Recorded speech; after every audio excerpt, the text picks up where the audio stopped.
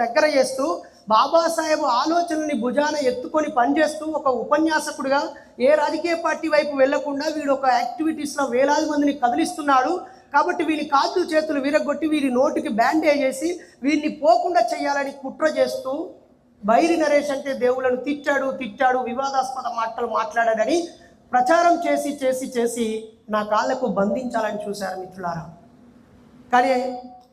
వందలాది పుస్తకాలు చదివి బుద్ధుడు పుట్టిన దగ్గరికి వెళ్ళొచ్చి, బాబాసాహెబ్ పుట్టిన దగ్గరికి వెళ్ళొచ్చి, పెరియారు సమాధి దగ్గర ప్రతిజ్ఞ చేసి వచ్చి, బుద్ధుడు, పూలే, పెరియార్, అంబేద్కర్ల దారిలో రాజ్యాంగబద్ధంగా ఈ సమాజాన్ని ప్రభావితం చేయాల్సిన వ్యక్తులుగా మమ్మల్ని మేము మార్చుకునే క్రమంలో ఎన్ని జాగ్రత్తలు పాటించాలి, ఎన్ని కుట్రలు కుతంత్రాలను జయించాలి, ఎన్ని ఎత్తులను చిత్తు చేయాలి,